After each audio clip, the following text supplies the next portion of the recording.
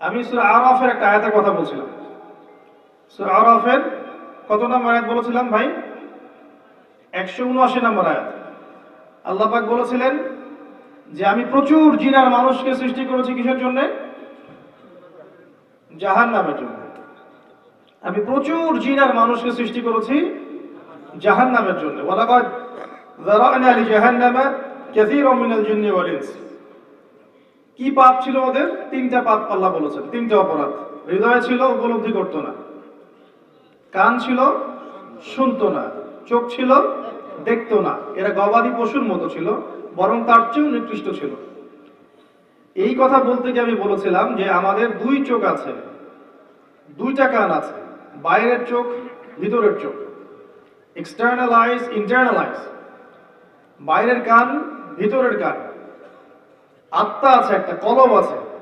এই কলব যার জীবিত এবং কলবের মধ্যে যার নূর আছে, আল্লাহর পক্ষ থেকে নূর আছে, সে ব্যক্তি ইনশাল্লাহ এমন কিছু দেখতে পারবে যা সবাই দেখতে পারবে না, এমন কিছু শুনবে যা সবাই শুনছে না, এমন কিছু বুঝতে পারছে যে সবাই এটা বুঝতে পারছে না।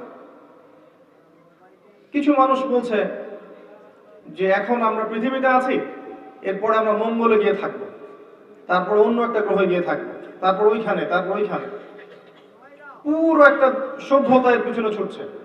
তাদের কি ভিতরের চোখ আছে আদৌ? আর যাদের কাছে আল্লাহর কোরআন আছে, হেদায়েত আছে, নূর আছে, তারা বুঝতে পারছে হ্যাঁ বিশ্ব এগিয়ে যাচ্ছে ঠিকই, কিন্তু ওর ধ্বংসের দিকে এগিয়ে যাচ্ছে।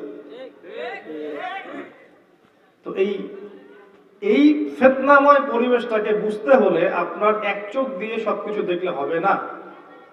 আপনাকে ভিতরের চোখ দিয়ে, ভিতরের কান দিয়ে শুনতে হবে, দেখতে হবে। কার মতো করে? ওই খিদির আলাইহিস সালামের মতো করে। মনে আছে গল্পটা? নবী মুসা আলাইহিস সালাম বললেন, কেন নৌকা ফুটা করলেন? তিনি আবার প্রশ্ন করলেন, এই বাচ্চাটাকে কেন হত্যা করলেন? আবারও জিজ্ঞেস করলেন, এই দেয়ালটা নির্মাণ করে দিলেন, কোনো পারিশ্রমিক নিলেন না কেন? তিনটা বাড়ি খিদির আলাইহিস সালাম বলেছেন, ইন্নাকা লান তাসতাতিআ মা'ইয়া সাবরা। আলাম নাকুল লাক, আমি কি তোমাকে বলিনি ইন্নাকা লান তাসতাতিআ মা'ইয়া সাবরা, তুমি আমার সাথে ধৈর্য ধরতে পারবে না হে মুসা? পরে মুসা আলাইহিস সালামকে ব্যাখ্যা করে দেয়া হলো, নৌকা ফুটা না করলে সেই নৌকা জলদস্যু নিয়ে যেত। এই বাচ্চাকে হত্যা না করলে এই বাচ্চা বড় হয়ে বড় কাফের হতো, তার পিতা মাতাকেও কুফরিতে নিয়ে আসতো। আর এই দেয়ালের নিচে দুই এতিম বাচ্চার সম্পদ আছে রেখে যাওয়া, তারা যেন বড় হয়ে সম্পত্তিটা পায়, এই কারণে আমি এটাকে নির্মাণ করেছি। তো তিনটা ক্ষেত্রেই মুসা আলাইহিস সালাম দেখেছেন বাইরের চোখ দিয়ে, তাই না? বাহ্যিক দৃষ্টি দিয়ে। কিন্তু খিদির আলাইহিস সালামের কাছে অন্তর্দৃষ্টি ছিল, ইনসাইট ছিল। তো শেষ জামানায় আপনাকে দাজ্জাল থেকে বাঁচাবে কোন সূরা? সূরা কাহাফ। ওই কাহাফের মধ্যেই ঘটনাটা আছে। তার মানে ইশারা, এটা সমঝদার কে লিয়ে কি কাফি? ইশারা কাফি। যে আপনাকে এই শেষ জামানা এবং ফিতনাময় পরিবেশকে ডিল করতে হলে শুধু বাইরের চোখ দিয়ে দেখলে হবে না, ভিতরের চোখ জিন্দা করতে হবে। আল্লাহর নূর কলবে আনতে হবে, তারপর আপনি বুঝতে পারবেন আসলেই কি হচ্ছে। তাহলে এখন আপনার কাছে মনে হবে আপনি জান্নাতের মধ্যে বসে আছেন, কিন্তু আল্লাহর নূর দিয়ে দেখেন আপনি জাহান্নামে বসে আছেন। চারদিকে ফিতনা, পরিবারে ফিতনা, ব্যক্তি জীবনে ফিতনা, আপনার লেখাপড়ায় ফিতনা, আপনার তাওহীদের মধ্যে শিরক, সুন্নতের মধ্যে বিদআত, হালালের মধ্যে হারাম, জিনা, যে ব্যভিচার, সুদ, ঘুষ, পর্নোগ্রাফি, ধর্ষণ, হত্যা, রাহাজানি, ছিনতাই, সব দিয়ে ভর্তি বিশ্বটা। জুলুম, অত্যাচার, পাপাচার, ফাসাদ দিয়ে ভর্তি বিশ্বটা। কিন্তু বাহ্যিক রূপটা দেখলে মনে হবে কি সব চকচকা, মাশাআল্লাহ, খুব টিপটাপ সব চলছে, তাই না? আসলে ভিতরে কোনো বেইজই নেই। বাইরে থেকে দেখলে মনে হবে খুব সুন্দর টিপটাপ সবকিছু, ভিতরে কোনো বেইজই নেই। পুরো জিনিসগুলোই চলছে জুলুমের উপরে প্রতিটা ক্ষেত্রে। মুসলিমরা আল্লাহর তাওহীদের সাথে শিরক ঢুকিয়েছে, আল্লাহকে ছাড়া অন্যকে সিজদা করছে, অন্যের কাছে দোয়া করছে, অন্যের কাছে নজর মানত করছে, অন্যের ওসিলায় সন্তান যাচ্ছে। মুসলিমরাই কাজ করছে। নবীর সুন্নতগুলোর মধ্যে বহুত বেদাত নতুন নতুন আবিষ্কার করে এগুলোকে দিয়ে আমল করছে মানুষ, ইবাদত মনে করে। রিজিকের ক্ষেত্রে হালাল হারামের বিন্দুমাত্র পরোয়া করছে না। যেখান থেকে উৎস টাকা আসুক না কেন, আমার 3 বেলা খাওয়ার চাই, হালাল হোক আর হারাম হোক, পরোয়া করার দরকার নেই। আমার বউ বাচ্চা ভবিষ্যৎ প্রজন্মের জন্য রেখে যেতে হবে, হালাল হারামের পরোয়া করার সময় নেই আমার এখন। সুদ হলে সুদ খাবো, ঘুষ হলে ঘুষ খাবো, মানুষের টাকা মেরে হলে মেরে খাবো, অন্যের সম্পত্তি আত্মসাৎ হলে করে খাবো, রাষ্ট্রীয় সম্পদ লুটপাট করে হলে এরাও খাবো, খেতে হবে আমাকে। হালাল হারামে কোনো পরোয়া নাই অর্থনৈতিক জীবনে। সমাজে যান, কাঠামো ভেঙে যাচ্ছে, প্রতিবেশীর মানুষ খোঁজ দিতে যায় না, সমাজে ঐক্য নাই, শৃঙ্খলা নাই, স্থিতিশীলতা নাই, সেই নুরানি রুহানি কোনো আধ্যাত্মিকত্ব নাই। সমাজে আপনি দেখবেন অপসংস্কৃতি, বেহায়াপনা, আপনার জিনা, আপনার মাদক, পতিতালয়, পর্নোগ্রাফি, জুয়া, ক্যাসিনো ভর্তি। পরিবারে যান, দেখবেন পরিবার বন্ধনগুলো ভেঙে যাচ্ছে, সম্পত্তির জন্য ভাই ভাইকে হত্যা করছে, সন্তান ছেলেকে হত্যা করছে, সন্তান বাবাকে হত্যা করছে, কোন কোন ক্ষেত্রে সন্তান মাকেও হত্যা করেছে সম্পত্তির জন্য, বোনকে হত্যা করছে। পরিবারের এক একটা পরিবারকে দেখলে মনে হবে জাহান্নামের টুকরা। পরিবারের কর্তা জানে না তার জীবনের উদ্দেশ্য কি, পরিবারের সন্তান জানে না তার জীবনের উদ্দেশ্য কি, পরিবারের মেয়ে ও তো জানেই না জীবন বলতে কি জিনিস। ওর কাছে তো সবকিছু হচ্ছে ফ্যাশন শো, ওর কাছে জগৎটা মনে হচ্ছে ওর কাছে একটা ফ্যাশন শো এর বিউটি কন্টেস্টের মঞ্চ, ওর কাছে এটা মনে হচ্ছে। ছোট ছোট বাচ্চা যেগুলো বেড়ে উঠছে, পারিবারিক কলহ দেখে, পিতামাতার বিবাহ বিচ্ছেদ দেখে, ঝগড়া দেখে, পরিবারের অপসংস্কৃতিগুলো দেখে, টিভি সিরিয়াল মুভিজ মিউজিক এগুলো দেখে দেখে বড় হচ্ছে। এই বাচ্চাগুলো যখন বড় হচ্ছে, বড় প্রোডাক্ট হবে, এরা কি কম বড় জাহেল হবে? পরিবারের কাঠামোগুলো ভেঙে যাচ্ছে। চারদিকে তাকান, আপনি বিশ্বের দিকে তাকান, দেখবেন টার্গেট করে করে করে করে মুসলিম যেগুলো কান্ট্রি আছে এগুলোকে ফাসাদ লাগিয়ে দেওয়া হচ্ছে। যারাই লা ইলাহা ইল্লাল্লাহ এই কনসেপ্টে বিশ্বাস করে তাদের সহ্য হবে না, গাত্রদাহ শুরু হবে। তারা অবশ্য দেখতে আসবে না যে আপনি হানাফি না, আপনি সালাফি না, আপনি দেওবন্দি না, তাবলিগ না, চরমোনাই, আপনি কোন দল করেন, এটা ওরা দেখতে আসবে না। আপনি বাংলাদেশি না, আপনি ইরানের মানুষ না, ইরাকের মানুষ না, উইঘুর নাকি আপনি বার্মার মানুষ না, প্যালেস্টাইনের না, সিরিয়া না, ইয়েমেনের, এগুলো ওরা দেখতে আসবে না। ওরা দেখবে একটা জিনিস, আপনি লা ইলাহা ইল্লাল্লাহ এই কনসেপ্ট আছেন কিনা। যদি থাকেন এবং আপনি যদি স্বীকৃতি দেন যে আল্লাহ ছাড়া কোনো ইলাহ নাই, মুহাম্মদ সাল্লাল্লাহু আলাইহি ওয়াসাল্লাম তার রাসূল, ইসলামের উপর দৃঢ় থাকার চেষ্টা করেন, তখন দেখবেন আপনাকে বাঁকা চোখে দেখা হবে। আপনি আল্লাহর দেয়া বিধান মানবেন, হকটা হক মানবেন, বাতিলটা বাতিল মানবেন, আপনাকে বাঁকা চোখে দেখা হবে। বলা হবে যে আপনি সন্ত্রাসী হয়ে গেছেন, আপনি জঙ্গি হয়ে গেছেন, আপনি মৌলবাদী হয়ে গেছেন, ইত্যাদি ইত্যাদি।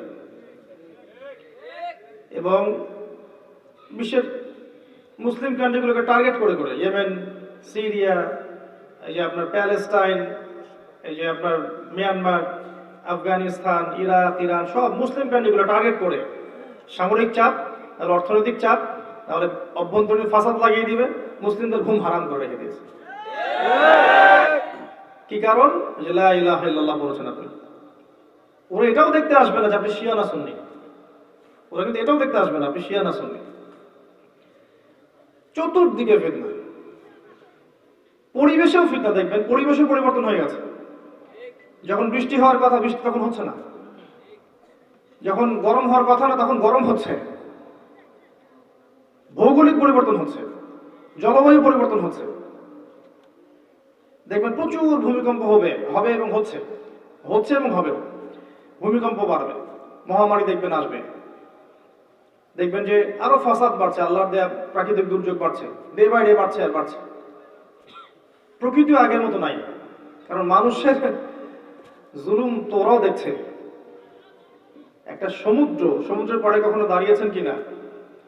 ওর প্রচন্ড শক্তি আছে, কিন্তু সমুদ্রের প্রচন্ড গর্জন আছে, এবং গর্জন করতে করতে সে কিন্তু ঢেউগুলো তীরের মধ্যে ফেলে দেয়। আপনি যখন সমুদ্রের কর্নারে গিয়ে দাঁড়াবেন, তীরে গিয়ে দাঁড়াবেন, কক্সবাজারে বা অন্য জায়গায়, দেখবেন ওই শক্তিশালী সাগরটা আপনার পা ধুয়ে দিবে বিনয়ে, তাই না? আপনার পা ধুয়ে দিবে। আল্লাহ তাকে এভাবেই চলতে বলেছেন। কিন্তু যখন মানুষ আল্লাহর দাসত্ব করবে না, আল্লাহ যখন আদেশ করবেন সবগুলোকে উড়িয়ে দাও, সে সবগুলোকে উড়িয়ে দিবে। প্রকৃতি আল্লাহর কথা শোনে। প্রকৃতি কার কথা শোনে? আল্লাহর কথা শোনে। চতুর্দিকে জলবায়ুর মধ্যে পরিবর্তন হয়েছে। মানুষের পড়াশোনার মধ্যে পরিবর্তন হয়েছে, মানুষের চিন্তার মধ্যে পরিবর্তন হয়েছে। মানুষ এখন চিন্তা করার সময় পায় না, সারাদিন ব্যস্ত, কিসের জানে পিছনে ছুটছে, ব্যস্ত আর ব্যস্ত, সকাল থেকে রাত পর্যন্ত। একটা ঘন্টা ঠান্ডা মাথা চিন্তা করার সময় পায় না যে আমি ছুটছি কোন দিকে। আসলে চিন্তা করেছেন এটা? চিন্তা করার সময় নাই, কি করছি, কি করবো, আসলে আমার জীবনের উদ্দেশ্যটা কি? আমার সামনে মৌত অপেক্ষা করছে, কবরের প্রশ্ন উত্তর, পরকালের প্রশ্ন উত্তর, জান্নাত জাহান্নাম, মিজান পুলসিরাত, এগুলো চিন্তা করার সময় পাওয়া যায় না দিনে 1 মিনিটও। লাশ যাচ্ছে, জানাজার লাশ যাচ্ছে, লাশ দেখেও শিক্ষা নিবে না মানুষ। এখন লাশ যাবে, লাশের পিছনে দেখবেন হাসতে হাসতে গল্প করতে করতে যাচ্ছে। তোর ব্যবসার কি খবর? হ্যাঁ ভালো চলতেছে। তোর কি খবর? ভালো চলতেছে। লাশের পিছনে যাচ্ছে। বছরে একদিনও দেখবেন না কবরস্থানে যায়। কবরস্থানে গেলে কি হয়? মৌতের কথা স্মরণ হয় না? আর নবী সাল্লাল্লাহু আলাইহি ওয়াসাল্লামের যুগে কবরস্থান ছিল মসজিদের পাশে, মানে মসজিদের আশপাশে, যেন মানুষ 5 ওয়াক্ত নামাজ পড়তে যাবে, আসবে, কবর দেখবে, পরকালকে স্মরণ করবে। এমন একটা সভ্যতা এসেছে, এই সভ্যতা দেখবেন কবরস্থানকে সমাজ থেকে দূরে সরিয়ে দিয়েছে, যাতে আপনি বছরে একদিনও যাবেন না কবরস্থানে। আপনি মারা গেলে কবরস্থানে যাবেন, তার আগে যাবেন না। সবকিছুতেই পরিবর্তন আছে এবং সবকিছুই ফিতনাময় হয়ে গেছে। আপনাকে 2 চোখ দিয়ে দেখতে হবে। প্রচুর পরিশ্রম করছেন, টাকা পয়সা আর্ন করছেন, এবং এই টাকা পয়সা আর্ন করার জন্য আপনার কত মেহনত করতে হচ্ছে, সারাটা দিন রাত উজাড় করে দিতে হচ্ছে। যেই টাকা আপনি জমাচ্ছেন, আপনি 10-20 বছর পর লক্ষ্য করছেন আপনার টাকার মান আর আগের মান নাই, টাকার মান কমে গেছে। অথচ ওই টাকাটা আর্ন করতে আপনাকে প্রচুর পরিশ্রম করতে হয়েছিল, তারপর শ্রমটাকে চুরি করে নিয়ে গেল। সিচুয়েশন খুব ডিফিকাল্ট। দেখবেন ইসলামের শত্রু যারা আছে, কুফার, ফাসিক, জালেম, মুশরিক, মুনাফিক, তারা রাইজ করেছে, অর্থনৈতিকভাবে সমৃদ্ধ হয়েছে, পলিটিক্যালি শক্তিশালী হয়েছে, সামরিকভাবে শক্তিশালী হয়েছে। প্রত্যেকটা ক্ষেত্রে মিডিয়া দিয়ে, প্রযুক্তি দিয়ে তারা এত উন্নতি করেছে যে আমরা মনে হয় ওদের দিকে হা করে তাকিয়ে আছি, ওরা খাওয়ালে খাবো, পড়ালে পড়বো। অথচ আমরা মুসলিমরা এই 200 বছর আগেও সারা বিশ্বকে শাসন করেছি। আমরা জানি না যে আমরা কারা। আমাদের যুবকরা জানে না ওমর ইবনে খাত্তাবকে, আমাদের যুবকরা জানে না যে আলী ইবনে আবি তালেবকে, উসমান বিন আফফানকে, আবু বকর সিদ্দিক তিনি কে, মুহাম্মদ বিন কাসিমকে, তারিক বিন জিয়াদকে, খালিদ বিন ওয়ালিদকে। আমাদের যুব সমাজ এগুলো জানে না। হ্যাঁ, তারা জানে ন্যাশনাল টিমের ক্যাপ্টেনকে, বলিউডের ওই নায়কের নাম কি, ওই নায়িকার নাম কি, ওই ফুটবল প্লেয়ারের নাম কি, এই চুলের স্টাইলটা কোন প্লেয়ারের, এগুলো তারা জানে না। বিশাল পরিবর্তন। আপনার চিন্তা, আপনার কর্ম, আপনার অর্থনীতি, আপনার পরিবার, আপনার সমাজ, ইবাদত, প্রত্যেকটা সেক্টর, জলবায়ু, প্রকৃতি, ওয়ার্ল্ড অ্যাফেয়ার্স, সবকিছুর মধ্যে একটা রহস্যজনক পরিবর্তন। খেয়াল করে দেখুন। কিছু মানুষের কাছে মনে হতে পারে এগুলো তো নর্মাল, আগেও হয়েছে, এখনো হচ্ছে। কিন্তু এখন যে বিষয়গুলো হচ্ছে, এভাবে কখনো আগে হয়নি। বিগত শতাব্দীতে বিশ্বের যে মানে ভৌগোলিক পরিবর্তন হয়েছে, জলবায়ু, এটা হিস্ট্রিতে কখনো হয়নি। পরিস্থিতি বুঝতে হলে আপনাকে পড়তে হবে আগে। কোরআন, হাদিস এগুলোর সাথে অবশ্যই জেনারেল সাবজেক্টগুলো পড়তে হবে, এবং বিশ্বের হিস্ট্রি, ইসলামের ইতিহাস, ফিকহ, সিরাত, অর্থনীতির বইগুলো, পলিটিক্যাল সায়েন্সের বইগুলো, জিও পলিটিক্স, কারেন্ট অ্যাফেয়ার্স, এগুলো পড়তে হবে। পড়ার পরে আপনাকে আমল করতে হবে এবং আল্লাহর কাছে নূর চাইতে হবে, আল্লাহ আমাকে নূর দান করে যাতে আমি দেখতে পারি। উদাহরণটা দেওয়া হয়েছে হাদিসে এভাবে যে ফিতনাগুলো এত ভয়াবহ হবে যে অন্ধকার রাত্রে কালো পাথরের উপরে কালো পিঁপড়া হেঁটে গেলে যেমন হয়, রাত অন্ধকার, পাথরটাও কালো, পিঁপড়াটাও কালো, সে নীরবে হেঁটে যাচ্ছে, একে দেখা যাবে? বোঝা যাবে? একে দেখতে হলে, বুঝতে হলে কি লাগবে? কি লাগবে বলেন? সহজ উত্তর না? আলো হলেই তো দেখা যাবে। তো এই আলোটা আসবে কোত্থেকে? মানুষ দিতে পারবে? এই নূর দিবে কে? সূরা নূর একটা সূরা আছে না, আল্লাহর নাম আছে না নূর? সূরা তাহরিম একটা দোয়া আছে, রব্বানা আতমিম লানা নূরানা ওয়াগফির লানা ইন্নাকা আলা কুল্লি শাইইন কাদির। নূর আল্লাহ যাকে দিবেন, যে পরিশ্রম করবে, পড়াশোনা করবে, আল্লাহর কাছে চাইবে, আমল করবে, আল্লাহ তাকে নূর দিবে ইনশাআল্লাহ। তখন দেখবেন সে মাশাআল্লাহ অনেক বিষয়ে অন্যদের চেয়ে বেটার বুঝতে পারছে। কোরআন হাদিস হাতে থাকার পরেও যদি আমরা নূর না পাই তাহলে ব্যর্থতা কার? এখন কোরআন সুন্নাহ হাতে থাকার পর নূর না পাওয়ার কারণ কি শোনেন। প্রথম কয়েকটা কারণ হচ্ছে আমরা বেশি বেশি মৃত্যুর ফিকির করছি না। বেশি বেশি মৌতের ফিকির করলে নূর আসে কলবে।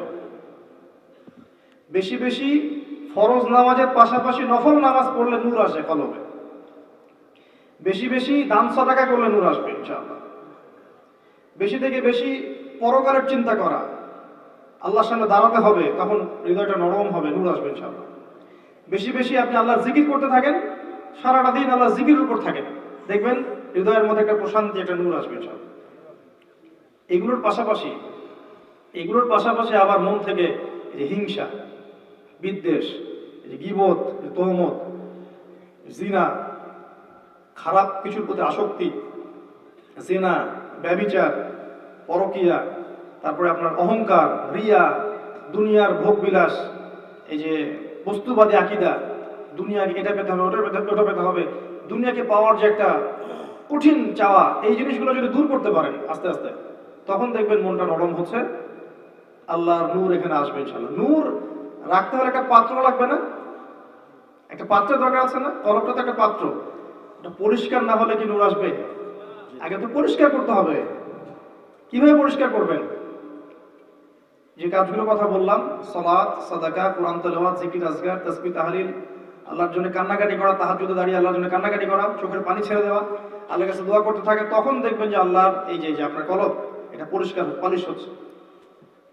একই সাথে যখন যে হিংসা, গীবত, তহমত, রিয়া, অহংকারগুলো ত্যাগ করতে পারবেন, তখন দেখবেন যে নূরটা আসবে ইনশাআল্লাহ। যখন আসবে আপনি নিজেই বুঝতে পারবেন যে আপনার কাছে নূর আছে, অন্যের কাছে এটা নাই। সবাইকে আল্লাহ পাক এটা দেন না। একটা মূলনীতি বলে দেয় এটা পাওয়ার, সূরা নূর পড়েন বাসায় গিয়ে সূরা নূর পড়েন, ওখানে দেখবেন আল্লাহ যে কাজগুলো করতে বলেছেন সূরা নূরের মধ্যে, ওই কাজগুলো করলে নূর পাওয়া যাবে ইনশাআল্লাহ। সহজ বুদ্ধি। কোরআনের প্রতিটা সূরায় এক একটা চূড়া, সূরা মানে কিন্তু চূড়া, উঁচু স্থান। একটা পাহাড়ের চূড়ায় উঠলে অনেক দূর পর্যন্ত দেখা যায় না? কোরআনে এক একটা সূরার উপরে উঠলে ওই বিষয়টা আপনি বুঝতে পারবেন। কথা বুঝতে পারছেন? সূরা কাহাফের চূড়ায় ওঠেন, আপনি বুঝতে পারবেন দাজ্জাল ও ফিতনাগুলো কি কি, এখান থেকে বাঁচতে হবে কিভাবে।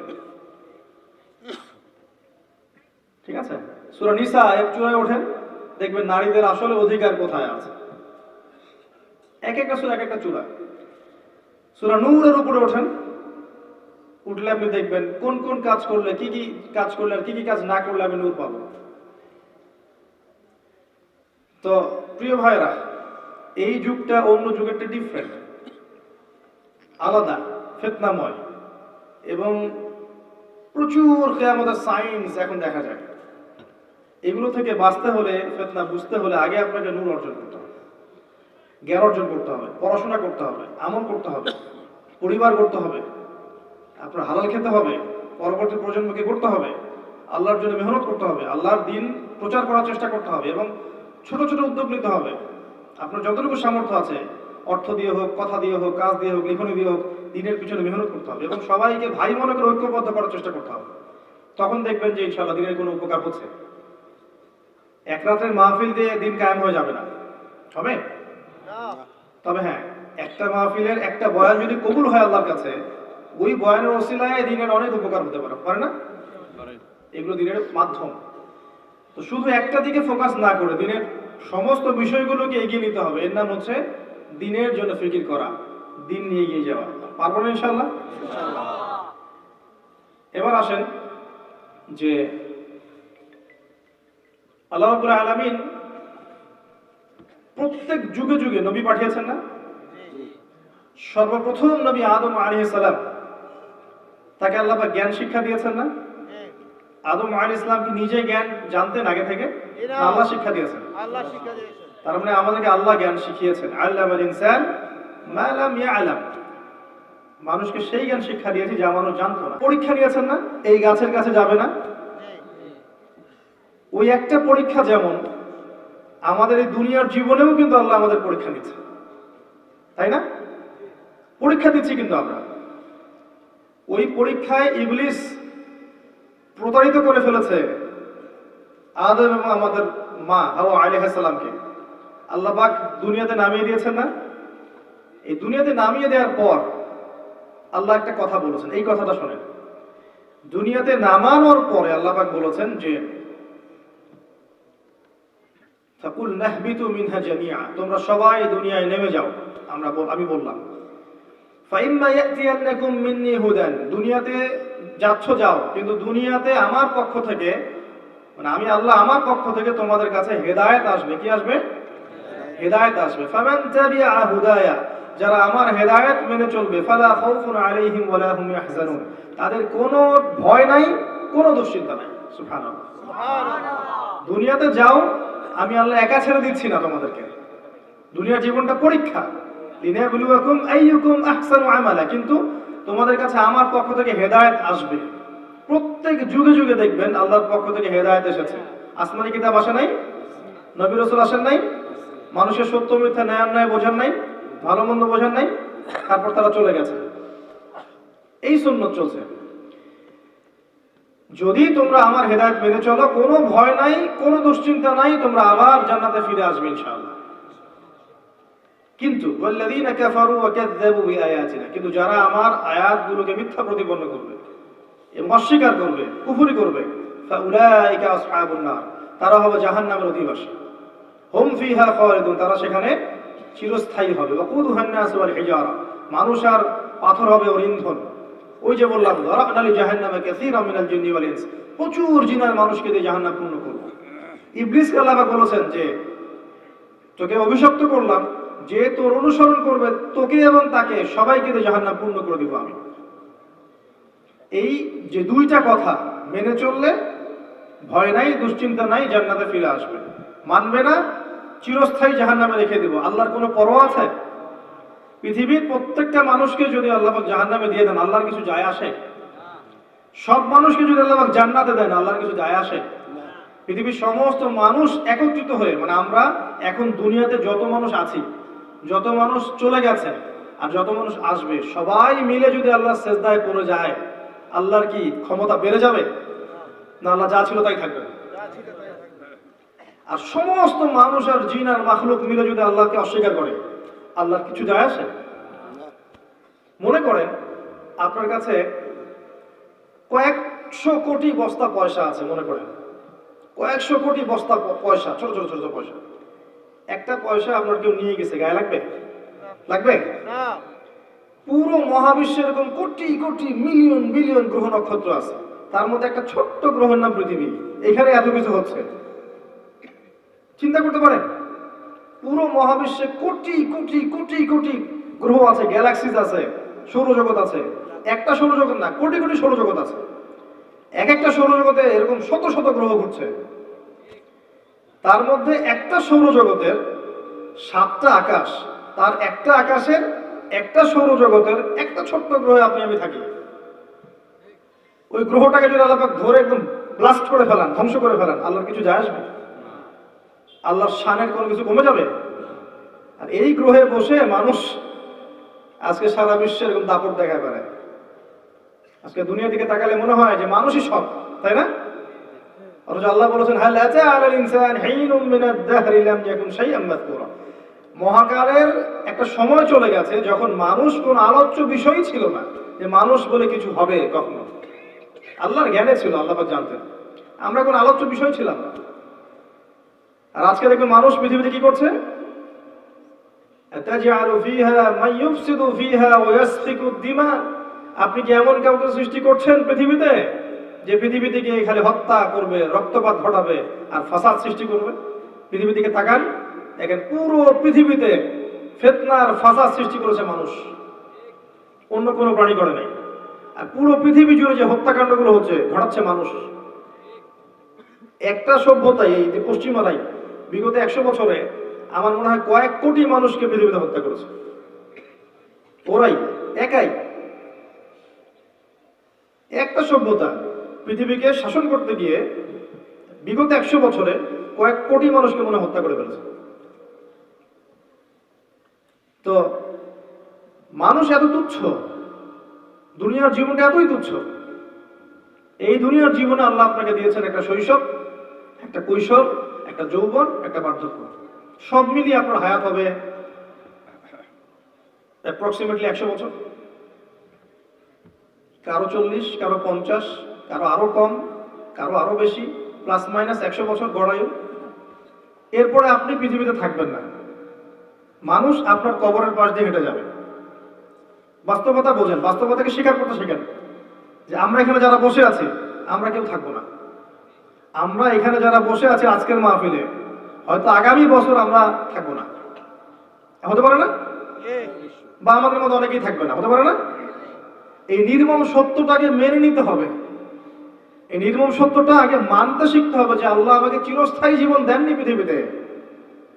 আল্লাহ সংক্ষিপ্ত জীবন দিয়েছেন আমাকে, আর এই জীবনটা আমার কর্মফল পাওয়ার জীবন নয়, এটা কাজ করার পরীক্ষার হল। এটা আমার, এখানে আমি ফলাফল পাবো না, রেজাল্ট পাবো না, রেজাল্ট পাবো আমি পরকালে। এটা আমার কর্মজগৎ, তাই না? কি কর্মজগতে এসে যদি আমরা মনে করি এটা আমার চিরস্থায়ী জীবন, এর জন্য এই যে 5তলা 10তলা বাড়ি, এই যে ব্যাংক ব্যালেন্স, টাকা পয়সা, জুলুম অত্যাচার, যেমনে হোক তেমনে দুনিয়া চাই আর চাই, দাঁড়িয়ে টুপি থাক আর না থাক, দুনিয়া চাই আর চাই, এই যদি হয় আমাদের মানসিকতা, ওই নূর কলবে জীবনে আসবে না।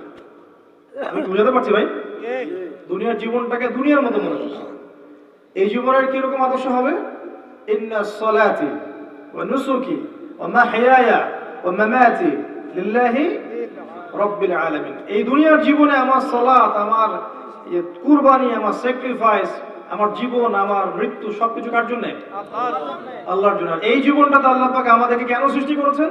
সূরা যারিয়াতের 56 নম্বর আয়াত পড়ে দেখেন, ওয়া মা খালাকতুল জিন্না ওয়াল ইনসা ইল্লা লিয়াবুদুন। এই জিন আর মানুষকে আমি শুধু আমার ইবাদত করার জন্য সৃষ্টি করেছি। আর আমরা এখন মনে করছি ইবাদতটা ফোর্থ সাবজেক্ট, দুনিয়া আমার আগের সাবজেক্ট, তাই না? প্রত্যেকে দেখেন, বাড়ির পরিবারের কর্তা, আপনার মেয়ে, আপনার স্ত্রী, আপনার ছেলে মেয়ে, সবার দেখবেন দুনিয়াটা আগে, দিন পরে। আর যারা দিনদার, আমরা দিনদার মনে করি নিজেদেরকে, তাদেরকেও দেখবেন দিনের যে অংশটা মুখরোচক বা আমল করলে কোনো সমস্যা নাই, কেউ কিছু বলবে না, ভালো মন্দ বলবে না, সুন্দর আমল করতে থাকবে। আর যেগুলো আমল করলে, যেগুলো বললে, যেগুলো মানে মানুষকে প্রচার করার চেষ্টা করলে পরিবার, সমাজ সব দিক থেকে বাধা বিপত্তি আসবে, সাইলেন্টলি এগুলোকে অ্যাভয়েড করতে থাকবে। দেখবেন নামাজ 5 ওয়াক্ত পড়ছে মাশাআল্লাহ, ইবাদতের জীবনে পাক্কা মুসল্লি, আবার দেখবেন অর্থনৈতিক জীবনে পাক্কা সুদখোর। দেখবেন সদকা করছে, দান সদকা করছে, ফরজ যাকাতই দিবে না। দেখবেন মাশাআল্লাহ বাপ তাহাজ্জুদ গুজার, মেয়েকে দেখবেন মাশাআল্লাহ জিন্স আর গেঞ্জি পরে ঘুরছে। দেখবেন বাপ হাজি মানুষ, অনেক সময় দেখা যায় বাবা আলেম, আর ছেলে দেখা যায় যে দাড়ি শেভ করে ঘুরে বেড়াচ্ছে সামনে দিয়ে। আমরা কি করছি জানেন? যেগুলো আমাদের ভালো লাগে, সহজ মনে হয়, সেগুলো করতে খুব কঠোর। যেগুলো একটু কঠিন লাগে, যেগুলো করলে একটু বাধা বিপত্তি আসে, 10টা কথা শুনতে হয়, একটু গালমন্দ শুনতে হয়, ওগুলো করতে চাই না। আল্লাহ এদের জন্য একটা সুসংবাদ দিয়েছেন, শোনেন। সূরা বাকারা আয়াত নাম্বার 85-86 আল্লাহ বলেন, আফাতুমিনুনা বিবা'দিল কিতাব ওয়া তাকফুরুনা বিবা'দ। হে মানুষ, তোমরা কি আল্লাহর কিতাবের কিছু অংশকে মানো আর কিছু অংশকে মানো না? ফামা জাযাউ মান ইয়াফআলু যালিক ইল্লা খিজয়ুন ফিল হায়াতিদ দুনিয়া। যারা এমন আকীদা রাখবে, এমন আমল করবে যে কোরআন এবং হাদিসের কিছু অংশ মানে, কিছু অংশ মানে না, ওদের প্রতিদান হচ্ছে এই দুনিয়াতে আমি ওদেরকে লাঞ্ছিত করে দিব। এই দুনিয়াতে আমি ওদেরকে লাঞ্ছিত করে দিব। এটা একটা কারণ, ইসলামের শত্রুদের দ্বারা মুসলিমদের লাঞ্ছিত হওয়ার এটা একটা কারণ। মুসলিমরা কিছু অংশ মানে, এখন কিছু অংশ মানে না। ওরা উন্নতি করে নাই, আমরা অধঃপতনের তলে গিয়েছি। আমাদের কাছে সব আছে, জনসংখ্যা আছে, দেশ আছে, প্রাকৃতিক সম্পদ আছে, সামরিক বাহিনী আছে, অস্ত্রশস্ত্র আছে, প্রতিটা জিনিস আমাদের কাছে আছে মুসলিমদের মধ্যে। সমস্ত মুসলিম কান্ট্রিগুলোর দিকে তাকিয়ে দেখেন, সব দিয়ে ভর্তি আমাদের দেশ এবং আমাদের মুসলিম কান্ট্রিগুলো। তারপরেও দেখবেন ওরা আমাদের উঠতে বলে উঠতে, বসতে বলে বসে। এটা আমাদের ধর্মীয় নৈতিকতার অধঃপতনের ফল। আমরা পড়াশোনা করতে চাচ্ছি না, আমরা পড়া অনুযায়ী আমল করতে চাচ্ছি না, খালেস ভাবে দিনের প্রচার প্রসার খেদমত প্রতিষ্ঠা করতে চাচ্ছি না, দুনিয়ার স্বার্থ চাচ্ছি। আমরা পারিবারিক আদর্শ করতে পারছি না, যুব সমাজকে সঠিক পথে আনতে পারছি না, আমরা আমাদের মেয়েদেরকে পর্দা আনতে পারছি না, আমরা বেসিক কাজগুলো করতে পারছি না, 5 ওয়াক্ত সালাত করতে পারছি না, যাকাত দিচ্ছি না, রমজানের শ্রম রাখছি না, আমরা দান সদকা করতে চাই না, এতিমের ভরণ পোষণ নিতে চাই না, বিধবার খোঁজ নিতে চাই না, অসহায় নারীদের পাশে দাঁড়াতে পারি না, আমরা অনেক কিছুই পারি না। বেসিক কাজ যেগুলো একদম প্রাইমারি লেভেলের কাজ, এগুলোতে আমাদের অনেক ঘাটতি। হাত উঁচু করতে বলবেন, কতজন কোরআন তেলাওয়াত করতে পারে, দেখবেন যে বেশিরভাগ হাতই নিচে আছে, অল্প কয়েকটা হাত উপরে থাকবে। 90% মুসলিম বলেন, দেখবেন 90% মুসলিমের মধ্যে মেজরিটি সংখ্যক কোরআন বিশুদ্ধ করে পড়তে পারে না, যারা পারে অর্থও বোঝে না। বেসিক কাজ, এই বেসিক কাজগুলোই আমরা করি নাই, প্রাইমারি লেভেলের কাজ। তাই আজকে আল্লাহ পাক আমাদেরকে লাঞ্ছিত করেছে। এটা আল্লাহ সুন্নত। আল্লাহ পাক সময় দেন, ওই যে বললাম দুনিয়ার হায়াত দিয়েছেন, সময় দেন, এই সময়ের মধ্যে পরীক্ষা করেন, নিয়ামত দেন, পরীক্ষা করেন, সুযোগ দেন, পাপ করলে আবার ফিরে আসার চান্স দেন। এক পর্যায়ে তখন দেখেন যে তারা মোটেই আল্লাহর দিকে ফিরে আসছে না, তারা আল্লাহকে গুরুত্ব দিচ্ছে না, রাসূলকে গুরুত্ব দিচ্ছে না, দিনকে হাসি ঠাট্টার পাত্র বানিয়েছেন। আল্লাহ ওদেরকে সরিয়ে দেন, সরিয়ে দিয়ে নতুন কওমকে নিয়ে আসেন, তাদেরকে সুযোগ দেন। তারা যদি আল্লাহ আনুগত্য করে সফল করেন, তারাও যদি আল্লাহ আনুগত্য না করে আবার সরিয়ে দিয়ে নতুন কওম নিয়ে আসবেন। এটা আল্লাহ সুন্নত। আদম আলাইহিস সালামকে যখন পৃথিবীতে পাঠানো হয়েছে, তার পরের দিকে তাকান, আপনি সুন্নতটা এখন বুঝতে পারেন। আমি আপনাকে বুঝাচ্ছি। নূহ আলাইহিস সালামের যুগে আসেন, 950 বছর দাওয়াত দিয়েছেন না? 950 বছর দাওয়াত দেওয়ার পর যে অল্প কিছু মানুষ ইসলাম কবুল করেছে, আল্লাহ পাক এই মানুষগুলোকে নাজাত দিয়েছেন না?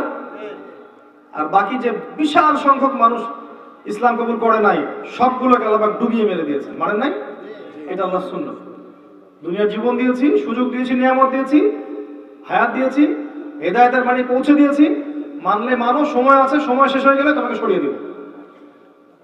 একটু পরিবর্তন হবে না এই সুন্নাত, কিয়ামত পর্যন্ত এই সুন্নাত পরিবর্তন হবে না। বুদ্ধিমান ব্যক্তি ওই সময়টা কাজে লাগাবে, তাই না? বুদ্ধিমান ব্যক্তি ওই সময়টা কাজে লাগবে। পরের যুগে যান, এই যে আদ জাতির কথা শুনেছেন? আদ জাতি অনেক লম্বা লম্বা মানুষ ছিল, তারা বলতো মান আশাদ্দু মিন্না কুওয়া, আমাদের চেয়ে শক্তিশালী আর কে আছে? আল্লাহ পাক তাদের কাছে নবী পাঠিয়েছেন হুদ আলাইহিস সালাম। সূরা হুদ পড়ে দেখেন। তিনি হেদায়েতের বাণী শুনিয়েছেন, মানুষকে আল্লাহর দিকে ডেকেছেন, যেমনটা এখনকার আলেম ওলামারা করে, আগেকার নবীরা করেছেন। মানুষ শুনলো না। যে মানুষগুলো শুনলো, আল্লাহ পাক তাদেরকে উদ্ধার করলেন। আর যে মানুষগুলো শুনলো না, আল্লাহ পাক ঝড় দিয়ে পুরো উড়িয়ে দিয়েছেন তাদেরকে। একই সুন্নত, পরিবর্তন পাচ্ছেন? পরিবর্তন নাই। তারপরে যুগে যান সামুদ, আদ জাতিরই ভাই সামুদ। ওরাও বড় বড় ছিল, পাহাড় কেটে বাড়ি নির্মাণ করতো, অনেক সভ্যতার উন্নত সভ্যতা ছিল। আমরা তো এখন মনে করি যে এই সায়েন্স এবং টেকনোলজির যুগটা সবচেয়ে উন্নত, তাই না? আল্লাহ বলেছে ইরামা যাতিল ইমাদ লাম ইখলাক মিসলুহা ফিল বিলাদ। ওই ইমাদ জাতি, ওই গোত্রের মতো এত উন্নত মানের সভ্যতা পৃথিবীতে আর সৃষ্টি হয়নি। লাম ইখলাক মিসলুহা ফিল বিলাদ, এরকম কোনো বিলাদই হয়নি পৃথিবীতে। ওরাও খুব অহংকার করেছিল, আল্লাহ পাক সময় দিয়েছিলেন, কাজে লাগাতে পারে নাই। এরপর কি হয়েছে? বজ্রপাত। বজ্রপাত কোনটা? বিজলি যেটা বলেন আপনারা, এই বজ্রপাত দিয়ে আল্লাহ পাক ধ্বংস করেছেন। তারপর চলো ওই যে লুতের কওম, তাদের নবীর নাম লুত আলাইহিস সালাম, ইব্রাহিম আলাইহিস সালামের ভাতিজা লুত আলাইহিস সালাম। তো তিনি থাকতেন ওই জর্ডানের ডেড সি, যে জায়গাটা আছে এখন, জর্ডানের ডেড সি, এই জায়গাটার মধ্যে তাদের কওমটা ছিল। ওই কওমটা ছিল সমকামী। সমকামী বোঝেন তো? বোঝেন নাই? মানে কথাগুলো বলতে খারাপ লাগে আসলে। পুরুষের সাথে জেনা করতো, নাউযুবিল্লাহ। এটাকে হোমোসেক্সুয়ালিটি বলে ইংরেজিতে। এটা বলে রাখি, শেষ জামানায় এই উম্মতে মুহাম্মাদের মধ্যে এই ফিতনাটা বাড়বে, হাদিস এসেছে, এবং এটা বেড়েছেও। কিন্তু যখন মেয়েরা নগ্ন হয়ে ঘোরা শুরু করেছে, প্রচুর ধর্ষণ বেড়েছে, জেনা বেড়েছে, ব্যভিচার বেড়েছে, পরকীয়া বেড়েছে। একটা পর্যায়ে মেয়েদের প্রতি ছেলেরা আকর্ষণ হারিয়ে ফেলবে, কিছু কিছু ছেলে। তখন ছেলেরা ছেলেদের কিছু যাওয়া শুরু করবে, এবং সেটা হচ্ছে এখন। এই দেশেও এরকম মানুষ আছে। আর কিছু কিছু দেশ আছে এই এই বিশ্বের, তাদের কাছে এটা বাক স্বাধীনতা। বাক স্বাধীনতা বোঝেন? মানে এটা আপনার ইচ্ছা স্বাধীনতা, আপনি চাইলে করতে পারেন। আগে ডিকশনারিতে লেখা ছিল, হোমোসেক্সুয়ালিটির সংজ্ঞায় লেখা ছিল এটা একটা ওয়ান কাইন্ড অফ মানসিক রোগ আর কি। লিখেছিল তারা যে হোমোসেক্সুয়ালিটি হচ্ছে এক ধরনের মানসিক অসুস্থতা, প্রথম সংজ্ঞায় ছিল। পরের দিকে সংজ্ঞা চেঞ্জ হয়েছে, এখন লিখেছে এটা হচ্ছে এক প্রকার বাক স্বাধীনতা বা স্বেচ্ছায় একটা সিদ্ধান্ত নেওয়ার ক্ষমতা। আপনি চাইলে এটা করতে পারেন। একজন ছেলে চাইলে একটা মেয়েকে বিয়ে করতে পারে, চাইলে একটা ছেলেকে বিয়ে করতে পারে। নাউজুবিল্লাহ। এটা সারা বৈশ্বিক ফিতনা এখন। এবং পশ্চিমারা এর কারিগর। বিশ্বের যত বড় বড় ফিতনা আছে এগুলো কারিগর পশ্চিমারা। এই সমকামিতা সারা বিশ্বে শুধু কারিগর মানে কি? কারিগর মানে শুধু নিজের ঘরে রেখেছে এমন নয়, নিজের ঘরে তৈরি করে প্রোডাকশন দিয়েছে সারা ওয়ার্ল্ডে। এটা সারা বিশ্বে ছড়িয়ে দেওয়া হয়েছে, এদের কাছ থেকে ছড়িয়ে গেছে। রিবা, সুদ ওখান থেকে শুরু হয়েছে, সারা ওয়ার্ল্ডে ছড়িয়ে গেছে। মানে এখনকার সিস্টেমটা, আগেও ছিল রিবা, এই গ্লোবাল সিস্টেমটার কথা বলছে। এই যে জেনা, পর্নোগ্রাফি আছে না, পর্নোগ্রাফি, ব্লু ফিল্মস, এটা ইন্ডাস্ট্রি কোথায়? এদিকে না ওদিকে? ওখান থেকে দেখবেন সারা ওয়ার্ল্ডে ছড়িয়ে গেছে। এবং এটা ওদের কাছে শিল্প। একজন মানে যে মেয়ে এ ধরনের খারাপ কাজ করছে আর কি, তাকে তারা পতিতাও বলে না, বলে কিছু শব্দটা বলে না, সেক্স ওয়ার্কার এরকম কিছু একটা বলে, সেক্স ওয়ার্কার বা পর্ন স্টার এরকম কিছু একটা বলে। যে এটাকে একটা প্রফেশন নাম দিয়েছে, মানে যেমন ক্রিকেটার, ফুটবলার, ঠিক আছে, অ্যাক্টর, এরকম একটা নাম পর্ন স্টার। তো দেখেন লিগ্যালাইজ করার কত পদ্ধতি, হালাল করে নেওয়ার কত কত অপশন তারা তৈরি করেছে। এটা এই পর্নোগ্রাফির ফ্যাক্টরি কি এই দেশটা, আমাদের দেশটা? ওই সভ্যতা না, সারা ওয়ার্ল্ডে ছড়িয়ে দিয়েছে। যত বড় বড় মাদক দেখবেন, যত নতুন নতুন মাদক বের হয় এবং এটাকে গ্লোবালাইজেশন করা, গ্লোবালাইজ করা হয়, এটা কোথা থেকে আসে? আমাদের দেশ থেকে আসে, ওই দিক থেকে আসে দেখবেন। তো ওই জায়গাটা কিন্তু হচ্ছে আপনার সমকামীদের একটা অভয়ারণ্য এখন। শোনেন, লূত আলাইহিস সালামের কওমও ছিল ঠিক এমন। আল্লাহ পাক নবী পাঠিয়েছেন, নবী পাঠিয়েছেন মানে কি? লূত আলাইহিস সালাম এমন নবী, আমি পড়ে দেখেছি এই সূরাটা, যে তিনি এত দরদি তার কওমের জন্য যে তিনি বলছেন, আলাইসা মিনকুম রাজুলুন রশিদ, তোমাদের মধ্যে কি একটা ভালো মানুষও বাকি নাই? মানে ঘটনা হচ্ছে যে লূত আলাইহিস সালামের বাসায় দুইজন মেহমান এসেছে মানুষের রূপ ধরে এবং সুন্দর পুরুষের রূপ ধরে। একজনের নাম জিবরাইল আলাইহিস সালাম, একজন হচ্ছে মিকাইল আলাইহিস সালাম। বাসায় মেহমান এসেছে। কি জন্য মেহমান এসেছে? আল্লাহ পাক সংবাদ পাঠিয়েছেন, তোমার এই কওমকে এখন ধ্বংস করব, তুমি সকালবেলা বের হয়ে চলে যাবা, তবে তোমার স্ত্রী বাঁচবে না, কারণ তোমার স্ত্রী তোমার প্রতি ঈমান নিয়ে আসেনি। আচ্ছা, এবার এই যে দুজন মেহমান এসেছে, এই মেহমান দুজনকেও ওদের কওমের যে নেতারা ছিল সমকামী, তারা গিয়ে চাচ্ছে যে তোমাদের মেহমানদেরকে একটু দিলে ভালো হয়। কথা বুঝতে পারছেন? তো তখন তিনি বলছেন যে হ্যাঁ, উলাই বানাতি ইন কুনতুম ফাইলিন, তোমাদের যদি মানে প্রবৃত্তি নিবারণী উদ্দেশ্য হয়, হালাল ভাবে তোমরা বিয়ে শাদী করতে পারো, তো হালাল ভাবে মেয়েদেরকে বিয়ে করতে পারো, প্রয়োজনে আমার মেয়েকে তোমরা বিয়ে করো। চিন্তা করতে পারেন নবীর কথা। তখন এরা বলছে ওটা আমরা চাই না, তুমি খুব ভালো করে জানো হেলুত আমরা কি চাইতে এসেছি। কথার ধাঁচটা এরকম ছিল, কোরআনে পড়ে দেখবেন। তখন তিনি বলছেন, আলাইসা মিনকুম রাজুলুন রশিদ, তোমাদের মধ্যে একটা ভালো মানুষও কি বাকি নাই? এরপর কি হলো? ওই কওমটাকে আল্লাহ পাক পরের দিন এই জিবরাইল আলাইহিস সালাম, যে পাখা আছে তার, পাখা দিয়ে তুলে এরকম আকাশে তুলে, আকাশে তোলার পরে ওদেরকে ওখানে পাথরের বৃষ্টি বর্ষণ করা হয়েছে। তারপরে আল্লাহ পাক উল্টে দিয়েছেন, পুরোটা উল্টে দিয়েছেন।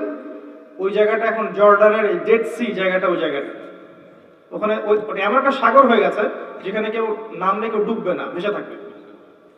ইন্টারনেটে দেখে নিন।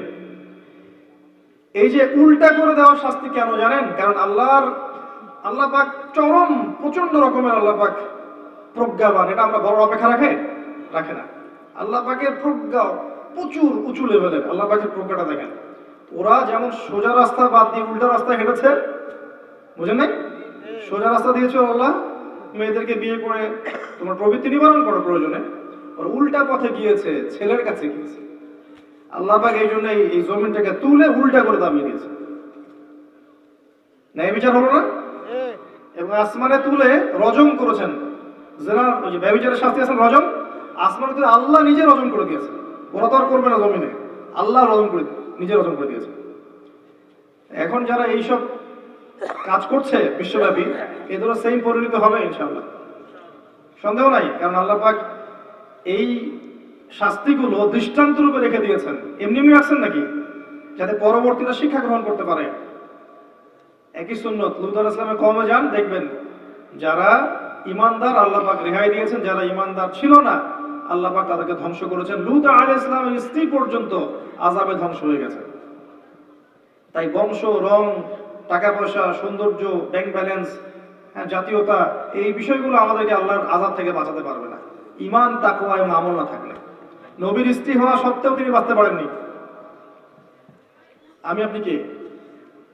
তারপর চলে যান ফেরাউনের যুগে। ফেরাউন পৃথিবীর সবচেয়ে বড় প্রতাপশালী রাজা, বিশাল সেনাবাহিনী তার। নবী মুসা দাওয়াত দিলেন, মুজিজা দেখালেন, ঈমান আনলো? আনলো না। আল্লাহ পাক লোহিত সাগরে একত্রিত করলেন না? লোহিত সাগরে একত্রিত করে আল্লাহ পাক এক হুকুমে সবগুলোকে ভাসিয়ে দিলেন, ডুবিয়ে দিলেন। ফেরাউন যখন ডুবছিল তখন সে কিন্তু ঈমান এনেছে।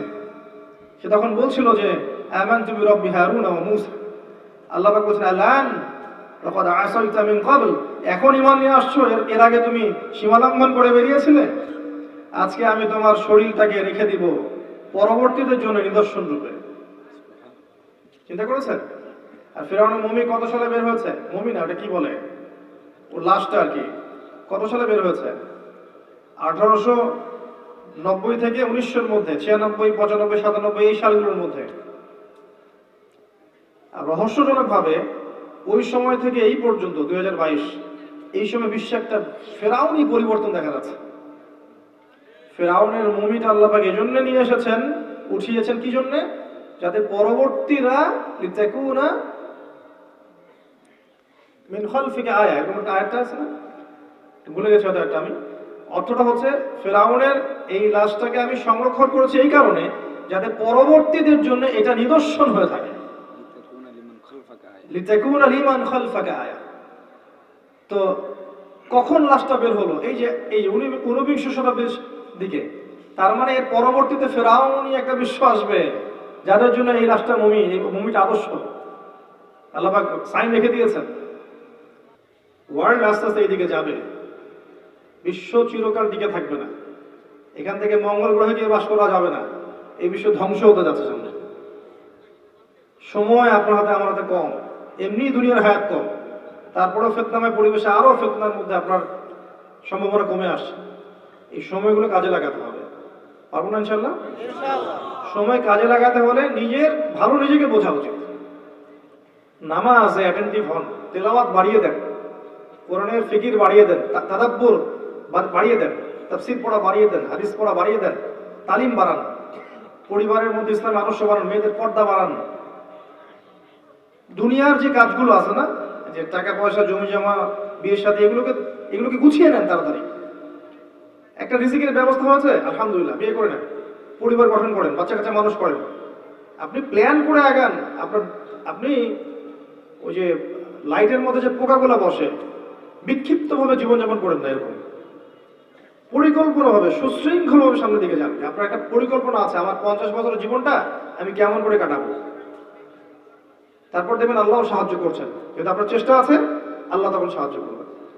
যদি কোনো উদ্দেশ্য না থাকে, পরিকল্পনা না থাকে, বিক্ষিপ্ত জীবনযাপন করতে থাকেন, তাহলে হঠাৎ মৌত চলে আসবে। আসবে না? হঠাৎ মৌত চলে আসবে, শেষ, দি এন্ড। আর জীবন আসবে কখনো ভাই? কোনোদিনও আসবে না। মানে এটা ভয়ঙ্কর বিষয় যে একটাই চান্স মাত্র।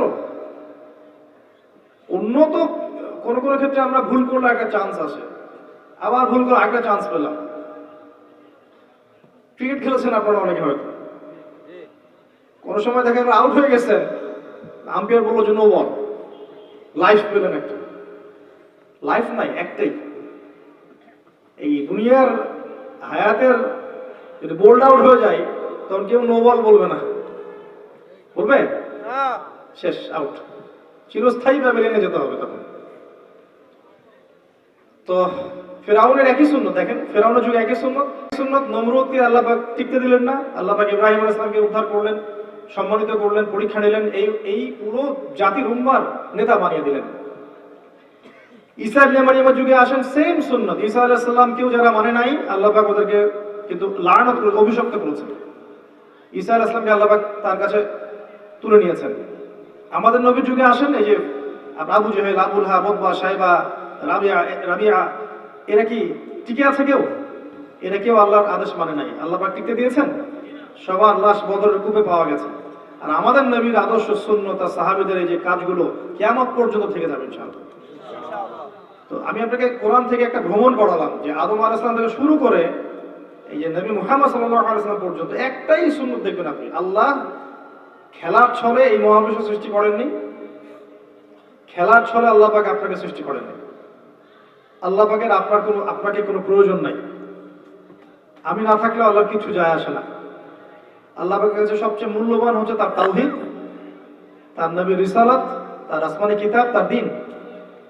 সময় দিয়েছেন আল্লাহ একটু, 30, 40, 50, 60, 100 বছর। এই সময়টুকু একটা দিন চলে যাচ্ছে আর ফিরে আসছে না। এবং আমরা এমন একটা সময় এখন বসে আছি যে সময়টা অন্য সময়টা ডিফারেন্ট, ফিতনাময় পরিবেশ। এখন এই সময়ে বসে যদি আমরা সারাদিন দুনিয়ার ফিকির নিয়ে ব্যস্ত থাকি, বাড়ি গাড়ি, বউ বাচ্চা, ব্যাংক ব্যালেন্স, টাকা কড়ি, স্ট্যাটাস, এগুলোর পিছনে ছুটতে থাকি, আসল গন্তব্য ভুলে যাই, তাহলে আমার হচ্ছে বড় বোকা আর হতভাগা এই পৃথিবীতে কেউ নাই।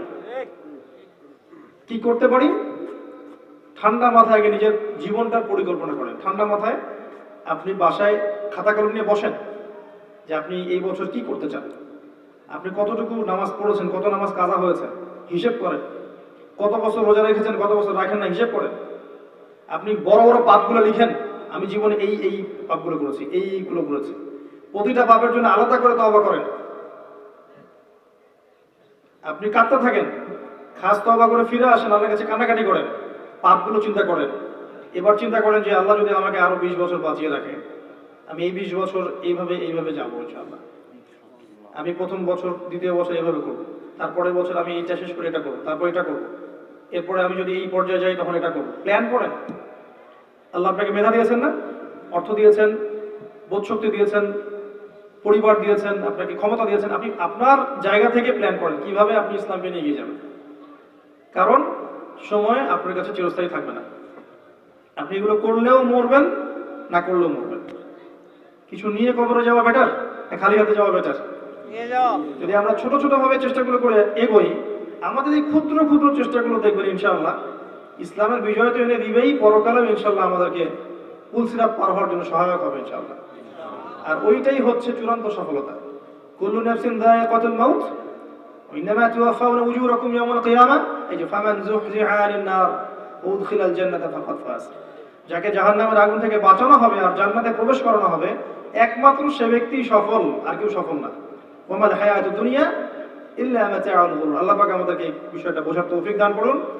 দুনিয়ার জীবনকে মৌলিকভাবে প্রাধান্য না দিয়ে প্রয়োজন মনে করে আমাদেরকে পরকালের জন্য দিন নিয়ে, কোরআন নিয়ে, হাদিস নিয়ে, আল্লাহ এবং তার রাসূলকে নিয়ে এগিয়ে যাওয়ার তৌফিক আল্লাহ পাক আমাদেরকে দান করুন, আমিন।